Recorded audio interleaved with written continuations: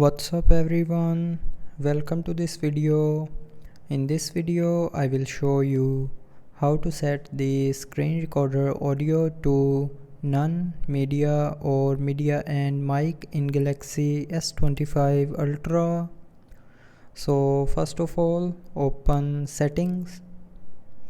Now in settings, scroll down and here click on advanced features. Now in advanced features, scroll down and click on screenshots and screen recordings. Now here scroll down to the screen recordings section and tap on record sound. Now from here you can set the screen recorder audio to none, media or media and mic. So just simply tap on our option to select.